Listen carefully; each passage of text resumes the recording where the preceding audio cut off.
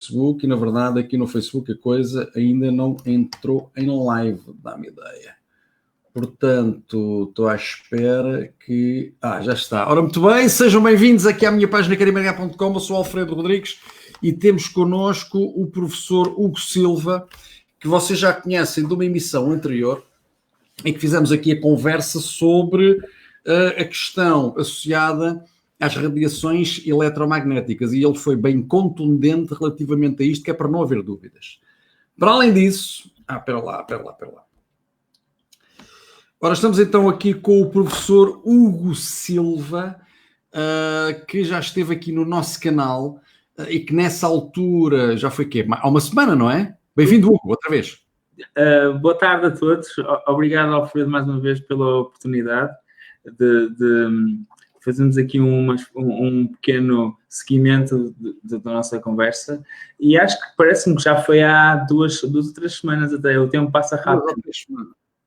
Nessa altura, o professor Hugo, da Universidade de Évora, teve o cuidado de fazer uma explicação da importância que as pessoas devem começar a dar à questão das radiações eletromagnéticas e como se podem proteger de alguma maneira, não é? Porque é impossível as pessoas protegerem-se completamente. E nessa altura tivemos uma conversa até bem longa, aquilo foi mais de 2 horas, não foi?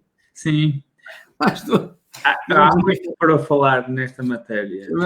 E vamos aí a falar de uma série de coisas. Portanto, neste momento, estamos aqui novamente e muito provavelmente iremos implementar uma rúbrica semanal para falarmos um pouco mais desta questão do eletromagnetismo e de como isto pode influenciar negativamente. Se calhar, em algumas alturas, até conseguimos arranjar algumas razões positivas, que há sempre, não é? Mas, sobretudo, na parte negativa, como é que isto nos pode influenciar, e mais algumas descobertas que o professor vai fazendo e que nos vai aqui partilhando connosco, para nós não nos mantermos sempre na ignorância científica. Para isso temos aqui o professor Hugo Silva. Então, Hugo, conte-me lá o que é que descobriu relativamente a esta questão. Eu tenho aqui 2 links que eu já tinha falado às pessoas de que iríamos falar. O primeiro é, então, uma informação da BBC. Exato. E, portanto, eu hoje queria agradeço mais uma vez esta oportunidade e parece-me uma excelente ideia nós conseguimos trazer aqui alguma regularidade a estas pequenas conversas, porque acho que é importante, de uma forma informal, falar-se de coisas sérias, porque muitas vezes o que acontece é o contrário. Fala-se de forma formal de coisas que não interessam para nada. Então, estou convencido que este formato pode ter muito sucesso. E, portanto, eu hoje o que queria falar, trazer aqui um bocadinho, não é inicialmente diretamente relacionado só com as radiofrequências, mas com o contexto da ciência atual. Porque parece-me que existe aqui uma zona em que é preciso falar-se e debater-se seriamente antes de qualquer outro passo, antes de se dar até credibilidade àquilo que se diz ser ciência. E, portanto, a notícia que trago, que sugeriu ao Alfredo, é uma notícia... Vou puxá-la. Eu vou sair, vou puxá-la para ficar só o professor e a notícia. Sim. Portanto, não é a minha intenção discutir este caso muito controverso agora. O Covid é o assunto do momento, a controvérsia. Não pretendo discutir isso, não é de toda a minha área, mas esta notícia e a maneira como se lida com notícias deste género serve bem para aquilo de motivação, para a discussão que queria fazer hoje. Portanto, esta notícia saiu na BBC News e fala de que cientistas australianos perceberam que o Covid simplesmente comporta-se como uma gripe. Portanto, para todos os efeitos, comporta-se como uma gripe e, portanto, é combatível como uma gripe normal. E o que eu queria chamar a atenção é que, por que motivo é que este tipo de assuntos não se fala nos grandes meios de comunicação? De resto, no entretanto, têm falado imensos casos, imensas pessoas que têm vindo a público falar sobre a opinião que têm, sobre a opinião dos lockdowns que estão a ser feitos. E o que é incrível é que essas pessoas, por um lado, são criticadas, mas isso, qualquer investigador tem que aprender a lidar com a crítica. É coisa que, desde que aquilo que nós argumentamos esteja baseado em factos, não interessa muito, mas o que é incompreensível é a censura. E, portanto, eu queria trazer este exemplo aqui, porque mostra bem o estado de situação em que nós hoje estamos. Ou seja, hoje vivemos numa sociedade em que, por uma série de motivos, foi dada uma importância, eu diria quase excessiva à ciência. Ou seja, por tudo e por nada diz, isto é ciência, por tudo e por nada isto é ciência, e as televisões fazem questão de convidar cientistas e tudo isso. No entanto, existem dois aspectos fundamentais em relação a isto. A ciência, na prática, é uma sucessão de pensamentos lógicos. Ela em si mesma não tem uma capacidade de educação, tem uma capacidade formativa, essencialmente. E, portanto, é muito diferente dizer ou seja, é muito diferente basear o nosso modo de vida na ciência do que basear o nosso modo de vida na ética, na moral, nos valores humanos. E, portanto, logo a partir daí, este excessivo peso que se dá à ciência como um todo, portanto, na prática, uma sucessão de simples pensamentos lógicos está errada e nunca deve substituir a alta cultura, a filosofia, as humanidades e principalmente os valores humanos, e até aí inclui a espiritualidade. E o outro aspecto em relação a isto, que é aquele que mais me preocupa e o que eu, de facto, gostava de falar hoje um bocadinho, é que chegamos a um momento na nossa sociedade em que nem sequer é já necessário manipular a ciência. Eu, neste momento, nem sequer, além de que existe, é óbvio que existem áreas em que se pode fazer investigação, áreas que não se podem fazer investigação, mas hoje chegamos a uma fase em que, na prática, o que interessa é simplesmente dar audiência aos investigadores, aos cientistas, que interessam os propósitos ou do governo ou dos mídias, e, portanto, eu já não preciso de controlar toda a atividade que se faz em ciência, simplesmente controlo as pessoas, os cientistas, os médicos que têm acesso aos microfones. Exatamente, e nós sabemos que se nós conseguimos encontrar na internet, e enfim, neste momento é um dos maiores, é o maior oráculo da humanidade, não é? Aqui que nós vamos encontrar a maior parte da informação. Nós sabemos que em relação a um determinado assunto, conseguimos encontrar cientistas a falar que é preto e outros cientistas a falar que é branco. E depois, se nós formos ver quais são as entidades que estão a orçamentar os estudos que eles fazem para provar que é preto ou os estudos que eles fazem para provar que é branco, vemos que há ali interesses. Uns têm interesse em que se apresente a questão como sendo preta, outra como sendo branca. Portanto, isto já existe, na verdade, há muito tempo. E em relação a isso, por acaso, era capaz de lhe fazer aqui uma pergunta que tem a ver com a forma como em Portugal, na verdade, a investigação é suportada, é orçamentada. Como é que funciona em Portugal a ajuda às universidades para elas fazerem a investigação? De onde é que veio o dinheiro? Essa pergunta é uma boa pergunta, mas deixe-me só complementar a observação que fez antes, porque é um bom exemplo. Imagina, então, temos a ciência polarizada entre preto e branco. Uns recebem financiamento de um lado, outros recebem financiamento do outro, e depois o trabalho, principalmente dos meios de comunicação, e eu concordo, eu sou da opinião que neste momento é um trabalho muito mal feito. Os meios de comunicação, o jornalismo hoje é uma vergonha. Aliás, fazendo aí um parentezinho, lembremos-nos que houve uma decisão recente na Assembleia da República de dar 15 milhões de euros para ajudar os mídia. Vejam isto, os mídia estarem a ser apoiados pelo governo. Claro. Isso revela o compromisso, Alfredo, isso resume o compromisso que está feito entre o governo e os meios de comunicação. E os meios de comunicação simplesmente o que fazem é dizer, ok, a mim interessa-me que se diga que é branco. E ao governo também, pronto, então só se entrevista as pessoas que dizem branco, os cientistas que se dizem branco, e cria-se a ideia falsa, a falsa noção de uma consensualidade que não existe. E isto aplica-se ao Covid, isto aplica-se ao aquecimento global e isto aplica-se às radiofrequências. Exatamente. E que o tema que interessa é dizer que não há efeitos e é esse que aparenta vingar. Quando, por um lado, as evidências científicas o negam e quando, por outro lado, não há, de maneira alguma, unanimidade na comunidade científica. Quanto muito, justamente ao contrário, a dizer que efetivamente existem efeitos que são mensuráveis e existem já imensas evidências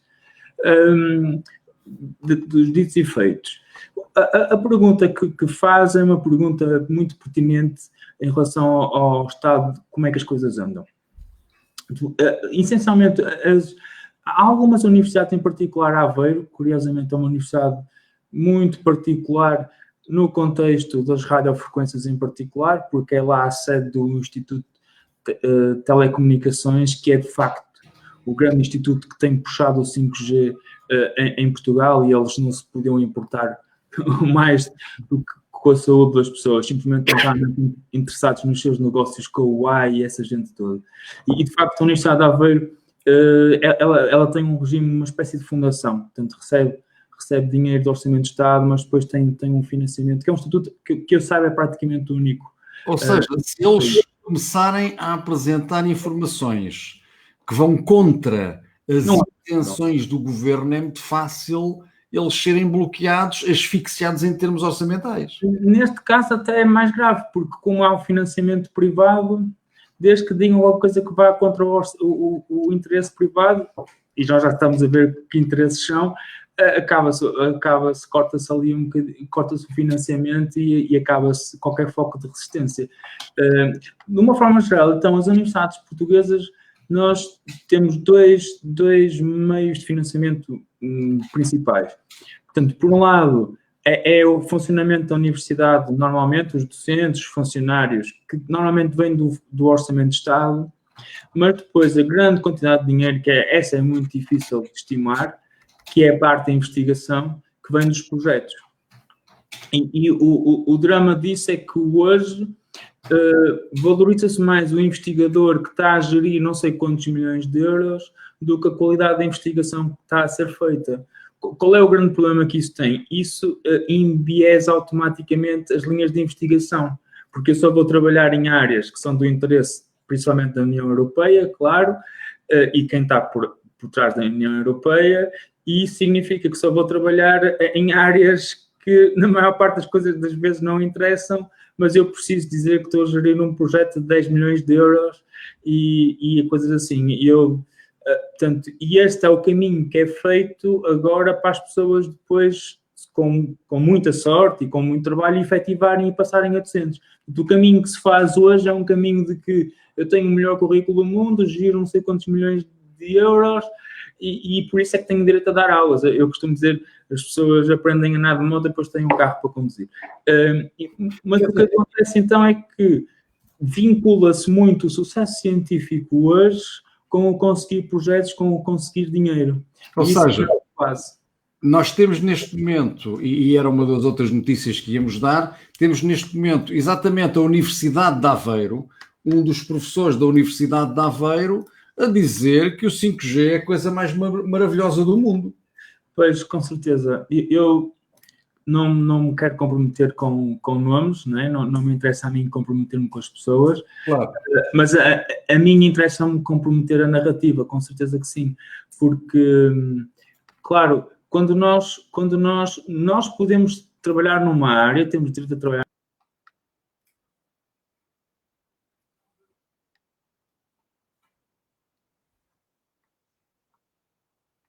Exatamente. E este é um bocado o caso. Eu simplesmente não posso dizer que simplesmente não tenho, que não existem efeitos do eletromagnetismo artificial, né? Este eletromagnetismo usado nas telecomunicações, se não me dediquei a estudar o fenómeno em si. Posso ter dedicado a estudar telecomunicações, mas se não estudei o fenómeno, não posso simplesmente dizer que ele não existe. E o que é que acontece sempre? Quando o jornal em causa tem alguma dúvida sobre a matéria, quem é a pessoa que entrevista? Sempre a mesma. Pessoas como eu não temos oportunidade nenhuma de conseguir falar sobre o assunto. E é assim que se cria uma narrativa falsa sobre uma suposta unanimidade científica. E repare, chegámos ao ponto de que eu, para conseguir publicar um artigo de opinião no jornal público, o que tive que fazer?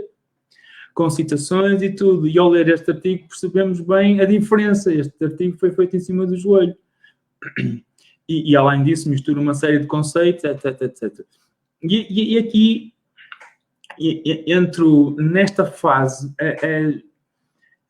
onde eu digo que é agora mais do que nunca importante perceber o que é que está por trás, não é? Grande parte da ciência não é feita simplesmente porque a pessoa é bem intencionada e que simplesmente está a observar dados e a tirar conclusões sobre os dados. E isso foi a maneira que se fazia. Isso é uma visão utópica de uma espécie de uma ciência socialista, uma ciência virada para o bem da humanidade, que era a ciência que se fazia no início do século XX. Era os Nikola Teslas deste mundo. O cenário hoje é completamente diferente, em especial os últimos 20 anos nós temos vindo a observar as pessoas estão absolutamente comprometidas e é impressionante para mim estar na academia hoje e ver as pessoas a dizerem, a apoiarem agendas como a Agenda 2030. É assim, eu não vou criticar a agenda da ONU, apesar de há muito material para o fazer. Mas só o facto de eu ter que comprometer a minha investigação com uma agenda, seja boa, seja má, seja o que ela for, está logo automaticamente a comprometer a minha investigação. A controlar, não é? A impedir que a investigação seja feita livremente, não é? Veja bem, aquilo que eu lhe dizia, a investigação é feita essencialmente por projetos. Pronto, à parte. E repare, um investigador, se quiser se candidatar a ter um financiamento, um contrato pela Fundação para a Ciência e Tecnologia, tem que se comprometer com a Agenda 2030. Uou, espera, mas isto mostra bem o caso. Como? Eu vou-me comprometer com uma agenda? Seja boa, seja má, estou-me a comprometer com alguma coisa. Os resultados científicos não se podem comprometer com nada. E não é isso que acontece. Tanto mais, ajusante, o que acontece é que depois as pessoas que são entrevistadas são aquelas que estão mais comprometidas. Se de facto depois fosse até o fundo do artigo que antes estávamos a ver, lá depois diz que é stakeholder, que vê-se lá o clique ou o grupo em que pertence o autor e vê-se lá várias empresas, nomeadamente a UAI. E, portanto, posso eu argumentar que existe um descomprometimento absoluto dessa pessoa? Obviamente que não. Então, a partir do momento em que a ciência foi capitalizada e, por outro lado, instrumentalizada, o que as pessoas têm que se começar a perceber, e isso tem sido parte do meu trabalho, é que temos que recuperar o chamado bom senso. Ou seja, focando-me agora no caso das radiofrequências, de facto existem 50 anos de evidências que as radiofrequências têm um impacto biológico mensurável, significativo, cujo efeito extremo é a eletrohipersensibilidade, e que, naturalmente, com a densificação da radiação que nós esperamos para o 5G, vamos ter mais efeitos. É uma dedução lógica. E, portanto, se a ciência, que é ouvida na televisão, nega isso, chega uma altura em que as pessoas têm que seguir o bom senso. E o que é, por exemplo, seguir o bom senso? A União Europeia preparou, por exemplo, em 2011, uma resolução que fala do princípio da precaução, dizer, se existe a possibilidade desta tecnologia ter efeitos para a saúde humana, e aliás o Instituto de Investigação do Cancro da Organização Mundial da Saúde classifica como possível cancerígenogénica, significa que existe um risco inerente. mesmo sem sabendo mais nada, tem que se aplicar a precaução, tem que se aplicar o bom senso. Espera, se há uma instituição que diz isto, se existe uma coisa como, por exemplo, a hipersensibilidade, não devo eu de tomar precaução. Isto é uma reação praticamente natural. Grande parte das coisas que nós fazemos no nosso dia-a-dia são questões quase automatismos que vêm com o ser humano há anos, né? É o bom senso que usamos, né? E isso é aquilo que hoje, e eu acho que esta oportunidade da pandemia nos deve de trazer, é que nós, acima de ouvirmos os mídias, acima de ouvirmos uma ciência que, como eu digo, tem imensas falhas, temos que começar a escutar o nosso bom senso. Será que, por exemplo, no caso da pandemia, carambas, tantas pandemias que já houve, nunca se fez um recolhimento desta natureza? Isso faz sentido? O que é que o bom senso me diz em relação a isto? E no contexto específico da radiação eletromagnética, é esse mesmo o caso. Espera, se existe o princípio da precaução, que aliás aconselha a não se usar, a usar-se menos o Wi-Fi, a não se usar o Wi-Fi na escola, isso não deviam ser coisas que deviam estar a ser implementadas? Como é que é possível não se falar dessa resolução nos meios de comunicação, quando são documentos que são emanados diretamente da União Europeia? E esta resolução do Conselho de Ministros que nós tivemos recentemente... Traz um bom ponto, porque de facto essa resolução é uma traição ao povo português. Basicamente está-se acontece na semana ser cobaias. É assim, basicamente o que acontece é o sistema 5G na sua essência já está montado. As pessoas, enquanto estão de quarentena, cheias de medo do coronavírus, a ver televisão, eu até digo, é muito interessante o jornal da TVI, meia hora de medo, 1 hora de intervalo, com os Mercedes e o pessoal a passear de Mercedes, como se isso fosse uma coisa que agora nos preocupasse muito. Mas aí vemos que prioridade é que as televisões têm. E só tenho pena que as pessoas não se apercebam, mas pronto. E o que acontece então é que estão as pessoas cheias de medo em casa, de quarentena, o governo não tem mais nada, pronto, lançou essa resolução. E basicamente o que é? O sistema 5G já está montado, foi montado enquanto a maior parte das pessoas estão em casa. A grande parte da iluminação urbana já foi substituída por novas lâmpadas com as antenas para o sistema 5G. Portanto, uma parte muito importante, se não a parte mais importante da infraestrutura, já está montada. E o que acontece é que, claro, com a quarentena, a Anacom tem feito um bom trabalho nesta matéria. Eu estou convencido que eles estão cientes do perigo que isto representa e, portanto, o suposto leilão para se começar a utilizar as frequências do 5G tem vindo a ser atrasado.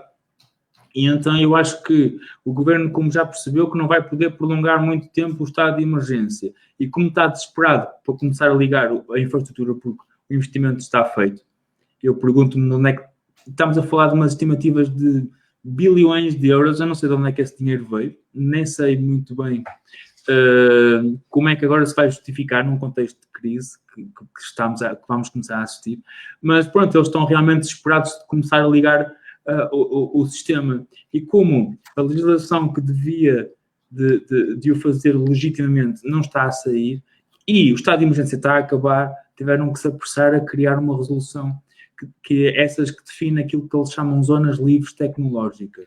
Exatamente. Que são basicamente zonas onde se pode testar esta tecnologia. Não se entenda a tecnologia de 5G. Ou seja, permite-se através de uma resolução do Conselho de Ministros que sejam determinadas zonas em Portugal onde a tecnologia 5G vai ser testada.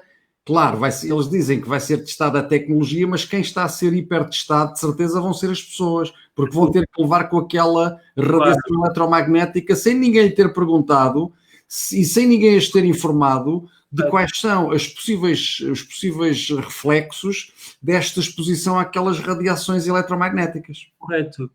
As zonas livres tecnológicas, para já, o nome foi escolhido de propósito para criar uma ideia errada. É zonas em que não é zonas que estejam livres de tecnologia. Pelo contrário, são zonas onde se pode testar tecnologia livremente. Exatamente. A partir do momento que a resolução está publicada, absolutamente à traição do povo português, esta gente traiu-nos, nem eu estava à espera que isto saísse desta maneira, permite que eles liguem um sistema onde lhes bem entender.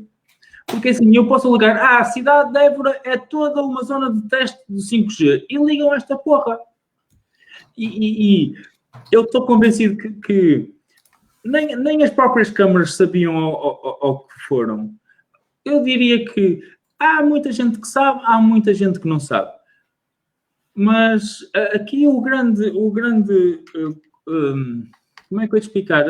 A situação que eu considero inadmissível é ser feita. Há uma diretiva central que permite uma tecnologia destas sem qualquer tipo de consentimento.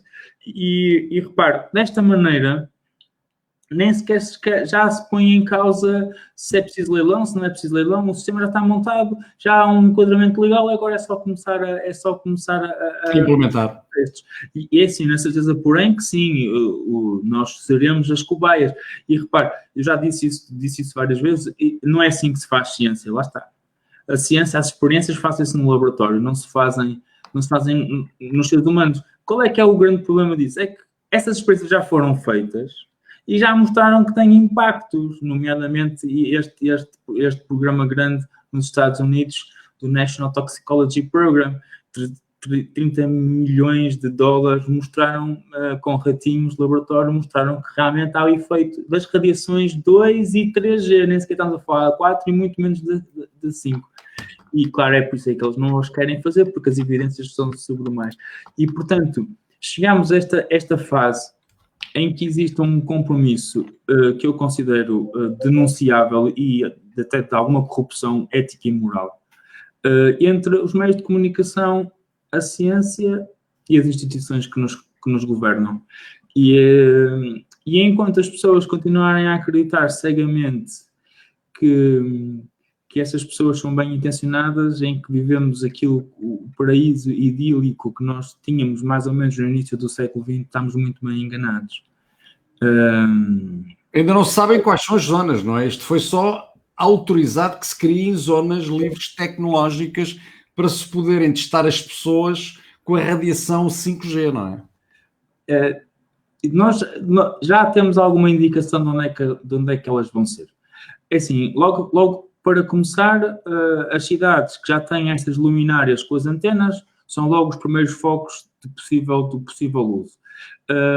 Naturalmente, depois existem 2 eixos que fazem ligação entre o Porto e Vigo, e Évora e Mérida, que são mesmo eixos em que se querem testar, por exemplo, os veículos autónomos. E que, portanto, são possíveis candidatos. Os veículos autónomos? Os veículos autónomos, sim. Os autónomos, ok. Um dos maiores erros da existência humana, não só porque são carros elétricos, mas porque nos tiram a nós próprios a autonomia de fazermos aquilo que entendemos. Mas é um desespero, uma vontade desesperada que a União Europeia tem de trazer... Dispor debaixo da radiação. Sim, senhora.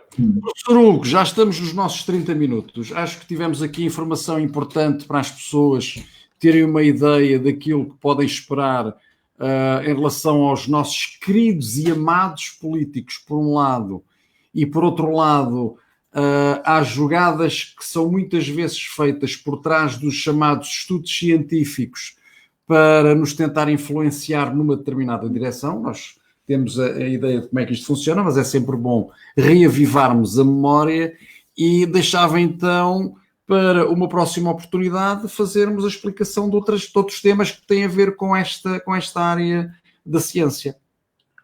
Certo, é uma boa estratégia. Hoje a ideia era mesmo desmistificar aquilo que eu chamo a ciência do medo. Já chega de medo. Temos que enfrentar as coisas e ver as coisas como elas realmente são.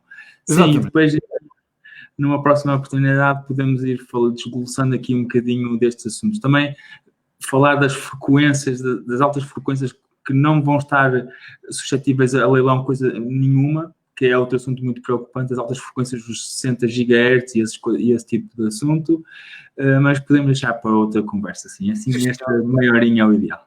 Perfeito, ok, sim senhor. Muito obrigado. Obrigado pela presença. A todos façam a partilha deste vídeo por razões óbvias, porque isto são vídeos de informação que vocês não conseguem encontrar facilmente, feito por alguém que tem o arcabouço académico para poder falar destas coisas e, portanto, está na altura de nós começarmos, para quando mais informação sobre este assunto, diz o Mário Pereira, já para a próxima semana iremos ter uma nova rúbrica. Aliás, vamos continuar esta rúbrica com mais informações exatamente sobre este assunto. E à medida que forem aparecendo informações, nós vamos transmitindo. Eu não sou o único a falar do assunto, né? Há mais pessoas a falar do assunto. E depois também até posso partilhar com o Alfredo algum links para outras pessoas a falarem do assunto. Não se entenda que sou o único a falar. Nós sabemos que não, Sim, senhor. Professor Hugo, um grande abraço. Obrigado. Então, e até à próxima, até para a semana. Até a próxima. Obrigado. Continuação. Um grande abraço a vocês todos. Sobretudo, lembrem-se que emigrar não é esquecer. Até o próximo vídeo.